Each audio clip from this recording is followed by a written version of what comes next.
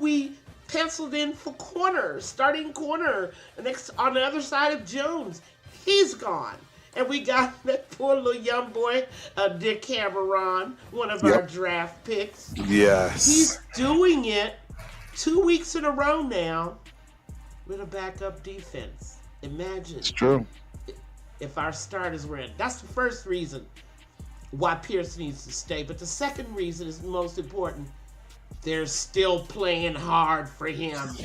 You are right. Knowing the season has been over, okay, since the beginning of November, essentially. And they're still playing. How many head coaches you know? Take a look at Dable up there with the Giants. What's going on down in New Orleans? Right. I mean, these guys have basically said, let me get my U-Haul packed, right? Yep. Let me make sure, the house is closed down when I go back home, all the after the season arrangements. They're worried about that. They're not worried about playing the games, but Pierce has these guys playing. He does. I agree. I agree wholeheartedly. Essential elements for building a championship team. Now we got about 4 or 5 outstanding things that are needed. And Mr. Crump, I know you touched on it in all your other shows. Oh, yeah. What else do the Raiders need? I think we have a defense. Oh, yeah. And I think we have a defensive coordinator. That's important. Absolutely. It's very important. And for 20 years, we've been waiting for a defense to stop ranking 23rd, 24th, 25th, 26th. Wasted 9 years of Carr's career. He's trying to outscore what the defense is giving up. Right. Every game, the pressure is on to score 30 points or more because we had no defense. None. Now we've got one. But here's the biggest controversy, and to me, it's a question of priorities. I'm not saying we don't need a quarterback, Mr. Crump. Right. But we need an OC. I mean, big time. Absolutely. That is definitely the biggest Raider fans keep getting it mixed up. Without the man at the top, you don't even know what quarterback to pick, what system you're going to put him in, what system you're going to design, how you rebuild that offensive line, because quite frankly, Mr. Crump, you check me if I'm wrong. I wouldn't keep nobody but Powers, Johnson, and Glaze. Maybe Meredith. I agree. Rest of them. So the new OC, whoever he is, he's got to do that too. He's got to rebuild a line that will run his offense. Then we got to find a number 1 wide receiver. You calling them all out. You calling them Mr. every last one of them out we need. I looked down the free agency list. Quite frankly, I didn't see anybody on the 2025 free agency list that impressed me at all. Everybody's talking about T. Higgins, but quite frankly, when I say number 1 wide receiver, I mean somebody that defenses game plan for and fear. Absolutely. And you ain't going to get that out of a rookie. No. It's not going to happen with a rookie receiver. I don't care how good he was in college. You need a receiver that can stretch the field. I'm sick and tired of wide receivers running 10-yard routes. Okay? Yep. We need a guy that if he gets deep, we need a Jefferson. Yes. I mean, we need a Metcalf. We need a Nakua. I mean, we need a guy that defenses must double team. And if they don't, you take advantage of those opportunities and you hit him because he can beat one-on-one coverage. That guy. Yep. I saw T. Higgins on the list. Mr. Crump, did you see anybody else on that just even mildly made your heart flutter? You know, not really from that respect. So I agree with you. First and foremost, as we always do, I kind of messed up our beginning, but that's on I'm me. No worries. sorry. We're all good. It went great for the people that were watching on like Instagram and Facebook, and it's just I didn't start it on YouTube. Sorry, YouTube people. Shout out to YouTube. Oh, shout out to YouTube. But as always, you know how we do. We're going to shout out the peoples that are in the building. First and foremost, my family, my cuz, Steve Jones, I should say. What it do? Merry Christmas, Miss Peggy and Turf. So that's to you and me both, Miss Peggy. Shout out to my main man, Chris. Yes, coming up here right now. What it is, nation. My main man, Chris, is in the building. Salute. We got Fear Raider in the building. Man, I appreciate y'all, man. They always show up, especially for you, Miss Peggy. You already know. No, but you know they don't happy. They love hearing what you have to say. You know what I mean? They really do.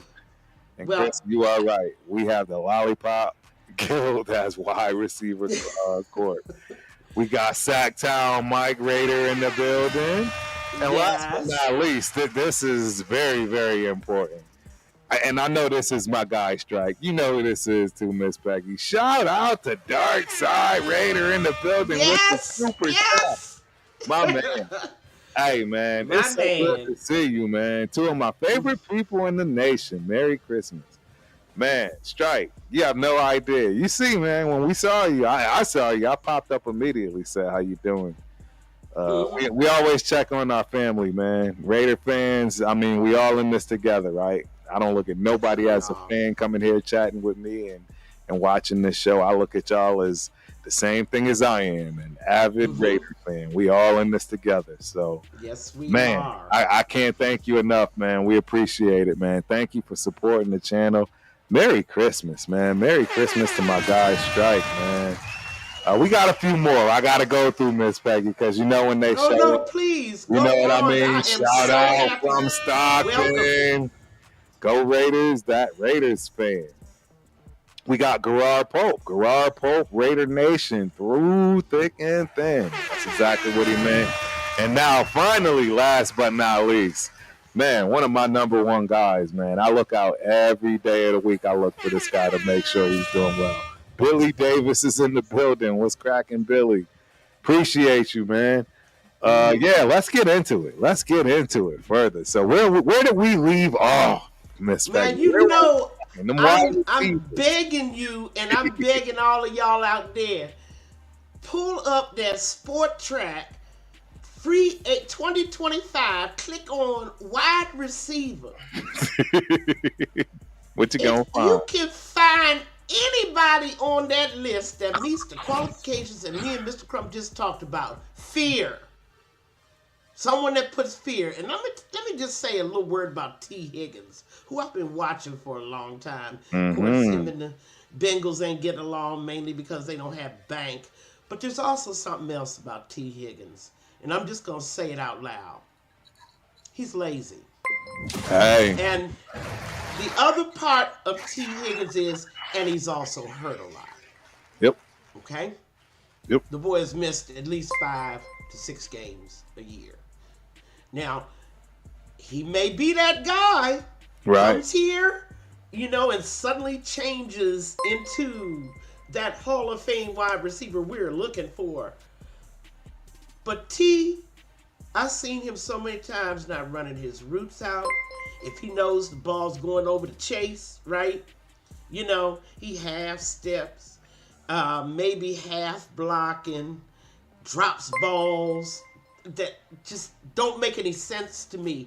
Runs routes, the wrong routes, even though he should know better. Right. If you watch football the way I watch, I have, 4 or 5 games on at one time every Sunday. Yep. So I get to see what people do.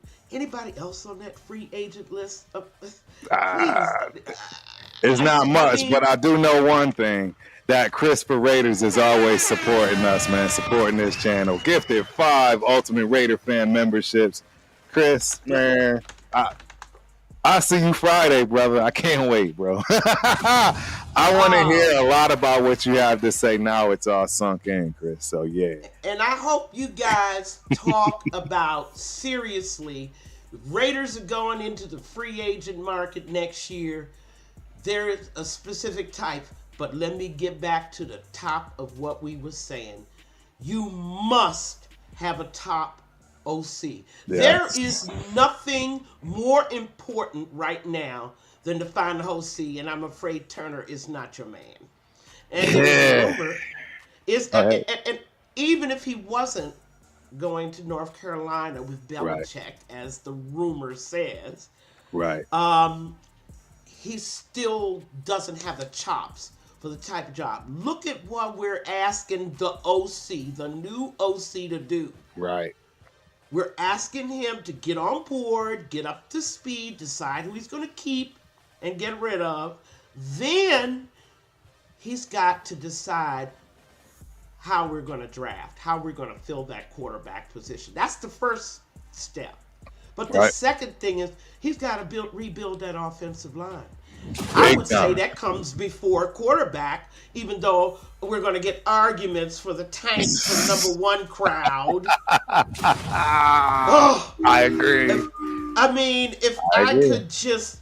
But the problem is, without an O-line, imagine. I'm hearing crazy stuff, Mr. Crump. We should have traded up to get a quarterback this year. Okay, guys. Now look at what you're saying. First of all, nobody, 1 to 13, and that includes the Raiders, traded their picks. No. What does that tell you? What does that tell you when in the first time in 24 years in the NFL draft, no one 1 to 12 or 13, because the Raiders didn't trade theirs to the Rams, I understand.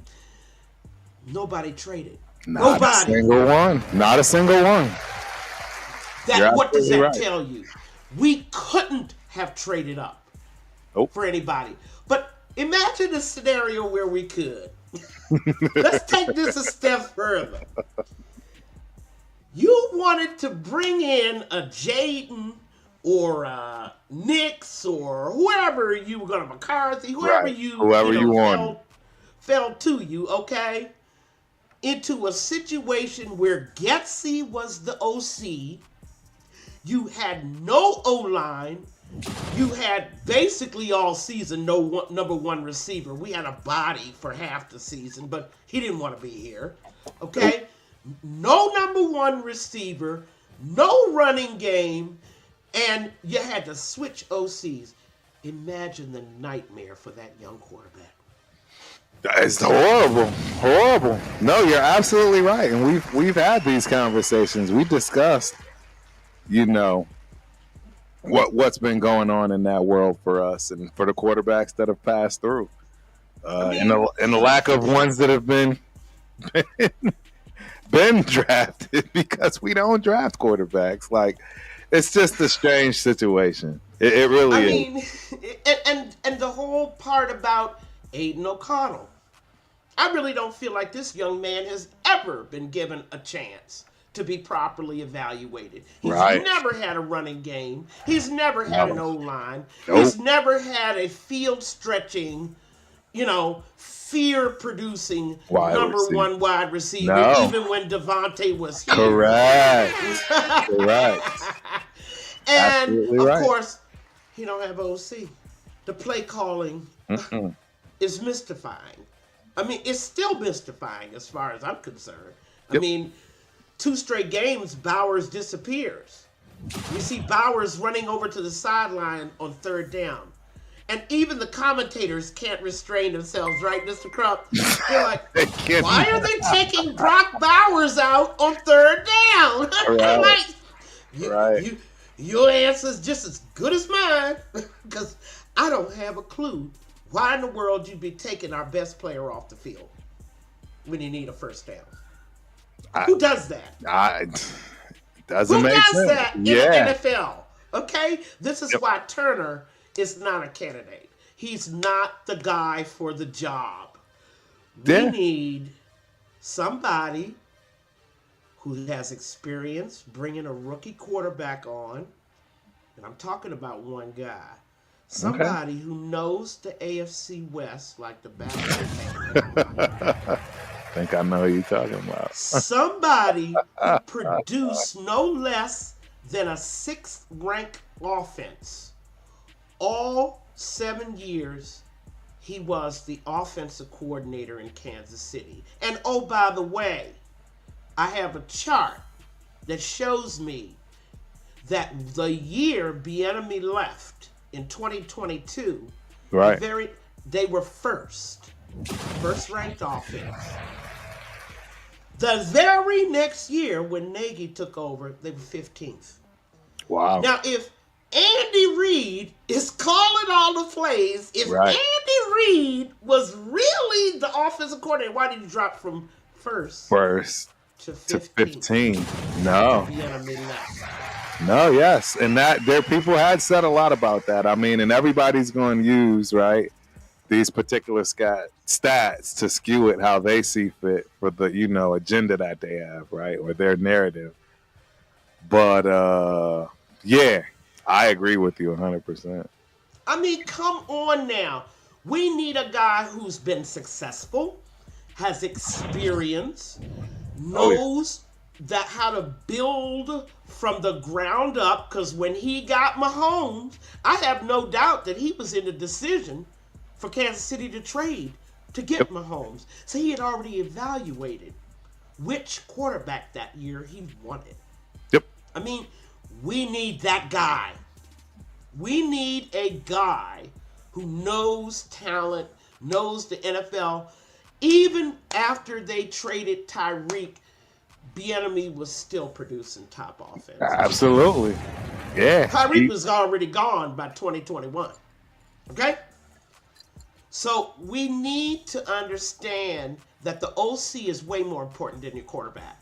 And if you're going to have a new quarterback, I want my new OC to be all over first. Yeah, he needs to be all over the choice. You're putting the cart before the horse, as they say all the time. Always do. The organization always has. Right. The organization doesn't understand. And just to give insight on this, it's already very prevalent in the NFL, as you see right now. This is why all of us can't stand Bo Nix, right? Let's be real. And we all say and think if that man was somewhere else, he would be doing horrible, right? But guess what?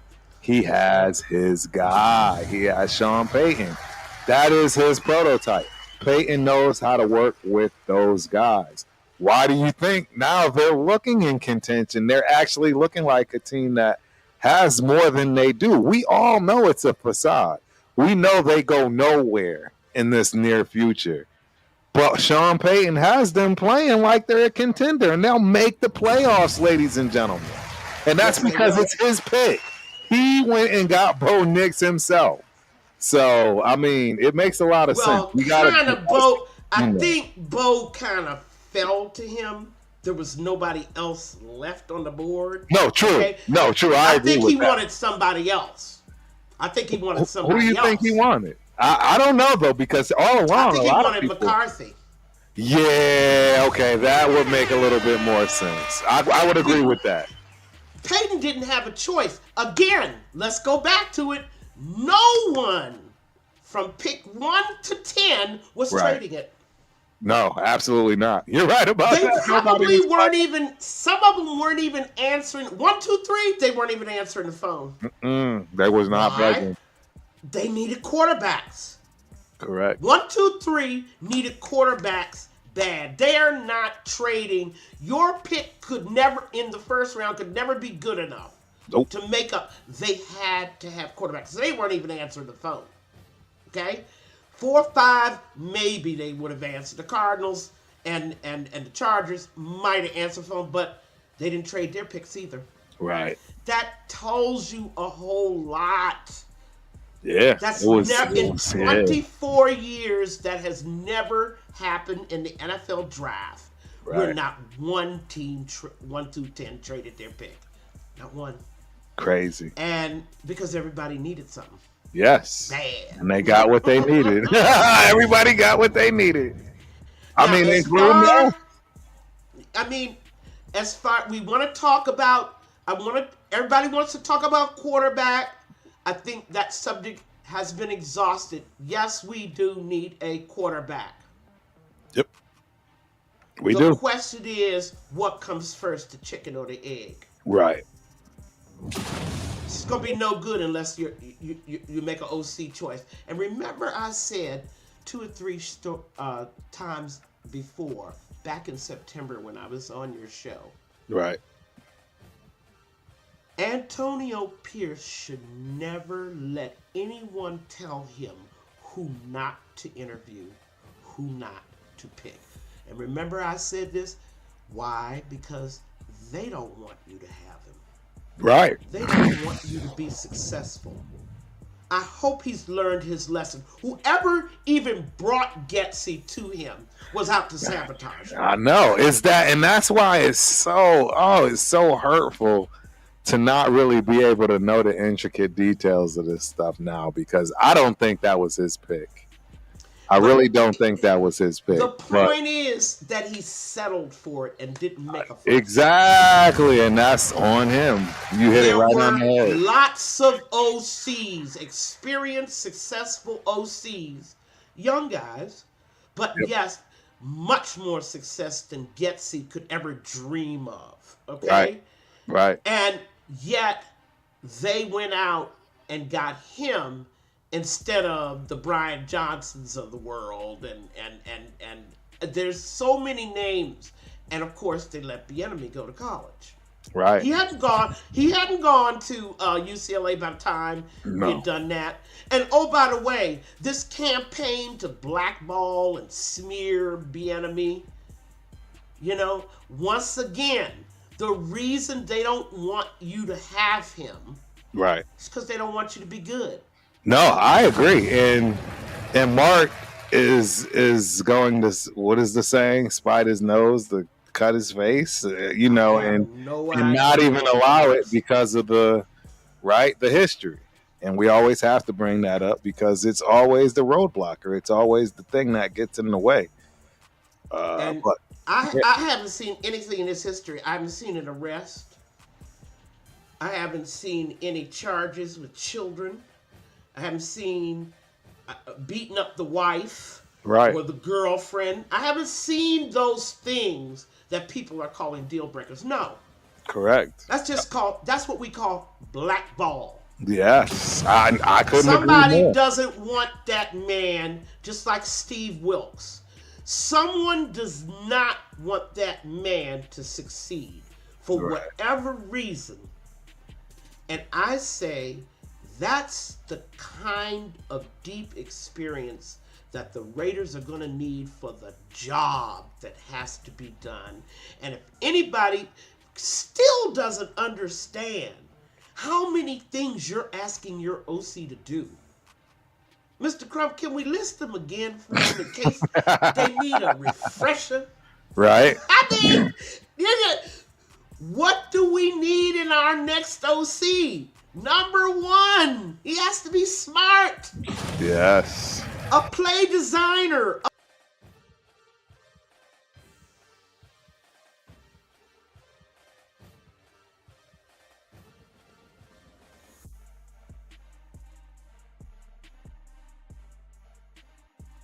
Draft.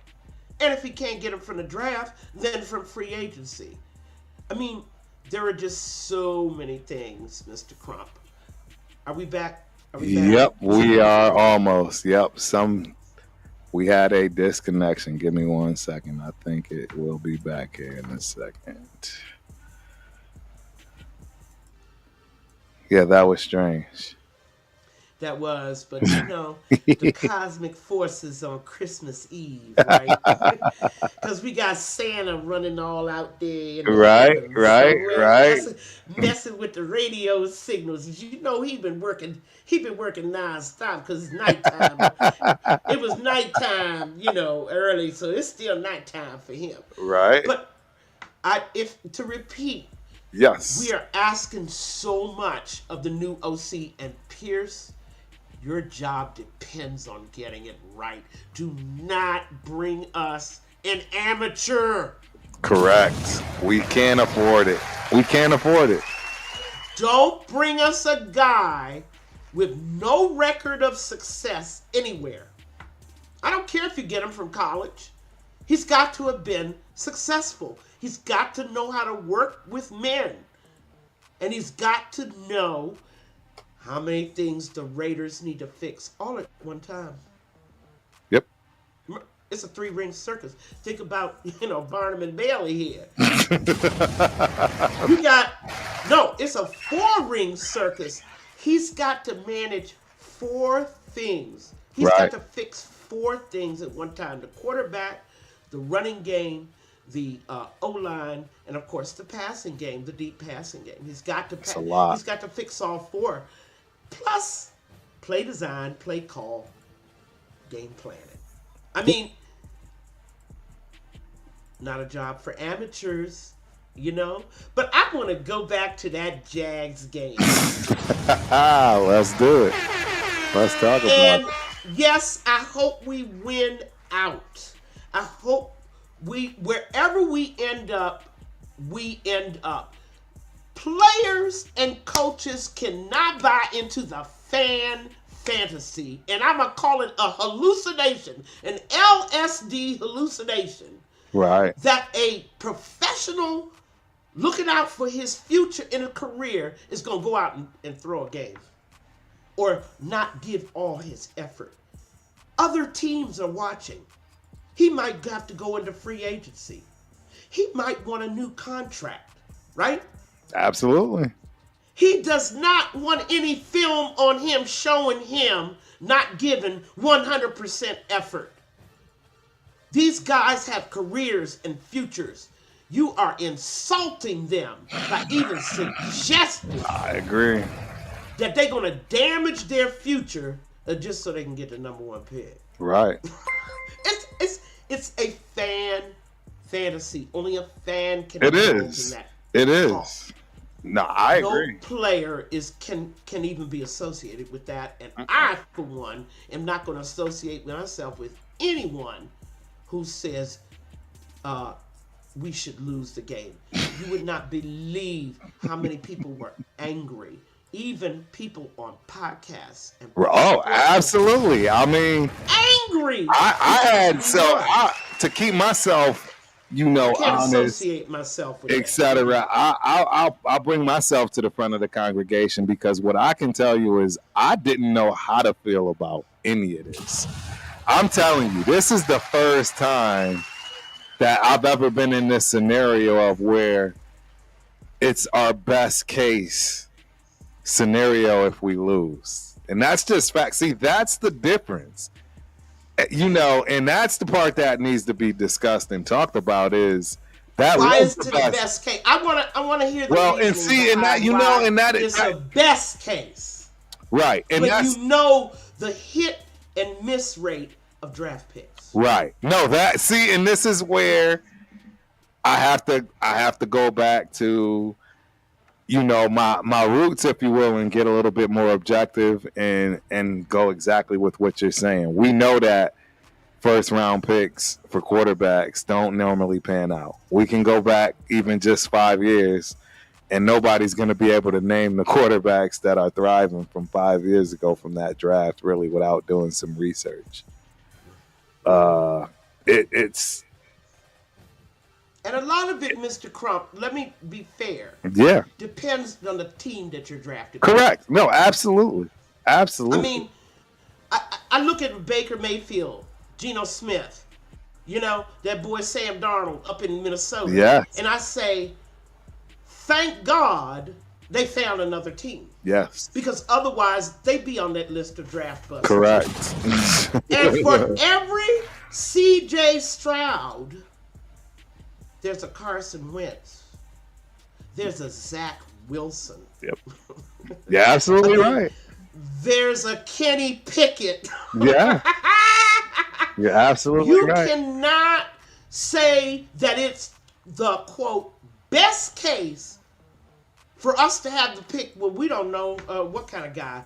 And we certainly, as the Raiders, as the Las Vegas Raiders, Right. don't know what's going to happen to a young quarterback if we don't get a good OC. We have no idea. We don't rebuild that O-line. Right. We don't get him a running game. We have no idea what's going to happen to, I don't care who you're talking about, Ward, Shedeur, whoever. Right. You bring him into the situation we've got right now in It's offense, not going to be good. he's nothing but dead meat. You're right. I don't care if he can run faster than Bob Hayes, okay? The problem is he will never get out of the pocket, okay? Right. He will be standing there and suddenly his O-lineman will be pushed into his face. Right. So we got a question. We got a question, Miss Peggy, from Gerard Pope. Turf and Peggy. So you guys do feel that AP will be back to prove himself even more as a coach? What's your thoughts on that? Do you think he's coming back? I'm in a who knows. Remember we were talking about above our pay grade? I don't know. Right. Because of Mark Davis. It's a good point. We know how fickle he is. Yes. We know that any little con man and greasy salesman can come to him and convince him of anything because he knows nothing Right. about football. Right. Somebody like McDaniels could walk into his office and sit down and say, listen, we got to get rid of Derek Carr. Right. Instead of asking the question, and who are you going to replace him with? He says, okay, go ahead and do it. You see, Mark doesn't ask those questions. Right. And that's the reason why when somebody comes in and says, Pierce is just not what you need. You need to go for a more experienced head coach. Now, mind you, this is less than a year after the entire Raider Nation, Everybody. plus the locker room, Everybody. plus every little clickbait sports site, you must hire Pierce. Yep. Okay? Now, after all of that, less than a year later, we're having this discussion, Mr. Crump. How did we get here? Because the Raiders are going to lose 15 games. 14 games. Is that why we're here? That's why we are here. Oh, by the way, for those people who really don't know football or any of its history, let me run the videotape of Hall of Fame coaches of their very first year. Oh, yeah. Chuck Noll, 1-13. Bill Walsh, 2-14. Tom Landry, 0-11-1. They only had 12 games in 1960. Okay. Bill Parcells, 3-12-1. Okay. Jimmy Johnson, 1-15. First year. It's What crazy. if these owners had been like these fans out here, like everybody's calling? Well, look, I just don't think you're the man for the job. You're fired. Sun Goddess is in the building. Yay, my favorite. Hey, Peggy. What am I saying? And I always give honorable mention. Andy Reid, Philly, 1999, 5-11. Dick Vermeil, 1997, St. Louis, 5-11. Bill Belichick, 2000, New England, 5-11. You see, you cannot judge a coach, his system, his culture, or anything in 1 year. These teams were smart enough. And oh, by the way, Chuck Noll went on to have 2 more losing seasons. 5-9 in 1970 and 6-8 in 1971. And they still stuck with him. You're right. Tom Landry, 1961, 4-9. At least he didn't Y'all lose. getting this work. I mean, 1962, 5-8-1. 1963, 4-10. The Dallas Cowboys. I kid you not. 1964, 5-8-1. We're talking 5 years of losing. Okay? There you go. Finally, in 1965, he goes 7-7. Let me explain. In this world of Madden junkies, fantasy football, clickbait influencers who are trying to take over the entire narrative, there is pressure on these teams. 100%. Win now. 100%. I agree. Do you think Tom Landry would have lasted 5 years of losing football today? Nope. Absolutely not. Clint Murphy and them were extremely patient because they saw something. They said, Right. okay, even though, we see some things coming together with Chuck Noll, right? And what's the family that owns that? It's slipping my mind. The family that owns the Pittsburgh Steelers. They were like, oh, not Hines family. Is it the Hines family? No. No. But the whole point is, they had been losing for 40 years. Oh yeah, they were terrible, horrible. They were terrible. When they started in 1930, they were horrible. So this sticking with Chuck Noll was really a leap of faith for them. Right. Absolutely. I mean, they were just leaping into the abyss. But it paid off, didn't it? Because the Noll Foundation has really lasted through today. Yeah. That is you're absolutely right. Stable organization with a formula that knows no matter what, the first order of business, stick with your guy. Correct. You are right. You are 100% correct. Green Bay. I mean, look at Green Bay. No, they haven't won a whole bunch of Super Bowls. I mean, people that come back with that argument, that's not what's important. What's important is that you're a contender every year. You win more games than you lose every year. That's a solid organization, always with a chance. 100%. Christopher Raiders has a question for you, Miss Peggy. Do you think AP made the decision to start Minshew? I thought it was a good decision. I still do. If Minshew was healthy, I'd still be starting him. Why?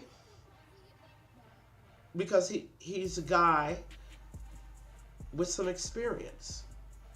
He's a guy that can at least make moves that can help spring some of your people. He's a guy that defenses at least pay attention. They don't pay no attention to Aiden McCall. You're killing my man. That's my guy. And I love Aiden. I like him too. Right. But let's face it, I'm looking at it from the point of view of opposing defenses. Who would I rather see at quarterback? Well, I'd definitely rather see Ritter. Oh, absolutely. Yeah, bring him on out here, 100%. We know the Statue of Liberty will still be standing there as we sack him 4 times in 1 quarter. Right. I mean, this is... But what I'm trying to say is, none of our quarterbacks are never going to get a chance. It goes right back to the top, the head man, the offensive coordinator. He's the one that's going to make your quarterback and your run game and your pass game successful. Right. And if you don't have a good one, it's a wrap. It's a wrap. Can you imagine if we had been fortunate enough to draft Jaden Daniels, how he'd be cursing us out right now? Right. You brought me into this mess. He should have pulled an Elway. He would have put an Elway on him. If drafted, I will not play for the Raiders. That would have been his best career move. No, Minshew never stood a chance. And let's go back to Minshew. Minshew doesn't leave Indianapolis. except that they promised him he was going to be the starter. Yeah. That boy Robertson Richardson, in the Colts were Colts. committed to him. Correct. So Correct. they knew if Richardson was healthy, Minshew knew he would not get to start. But here, the job was wide open. Yes. And he got his chance. They didn't Correct. give him anything to work with. Nope, I agree. Not a running game, not a wide receiver that anybody feared, and that's with or without Devontae. Yeah, we gonna keep that there, right? Yeah. You know what I'm saying? There was nothing for Minshew to work with. He had no idea. And I was surprised he stayed as healthy as he did for as long as he did, to be honest. Aiden has been injured. Aiden has been injured twice this year. That's how bad our offensive line is. They are getting quarterbacks hurt. Oh, you know, Mr. Crump, I put up a post on my page, I put a picture of the Raider O-line and a picture up there wanted for felonious assault.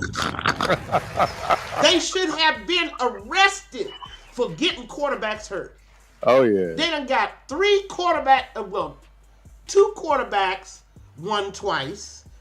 I mean, there's just no chance that Minshew had behind that line. Mr. Crump, I agree. I mean, do you agree? No, yeah, none of them did. I mean, they were all running for their life. Mahomes behind that line with that OC calling plays with Getsy or Correct. Turner, take your pick. Correct. Imagine, and this is why the falsehood, the I'm going back to my LSD hallucination. Fixated on acid tonight. I don't know why. But the fantasy that some quarterback that we draft is going to be able to overcome all of this and lead the team to the promised land. Moses on the mountain, bringing down the commandments. I mean, oh my God! Yeah, that is what I hear every time I hear tank for number one. Oh my God! If we win any more games, we won't get Shedeur Award. Why in the world would you want to bring those young men into this mess? It's a great point. It's a great point. It is a selfish. It is fantasy. It is. You have to get the infrastructure in place, or you need an OC that can do it all at the same time, because that's what you're going to demand of him if you draft a quarterback. And I think Telesco wants to draft a quarterback. I really do think he does. I mean,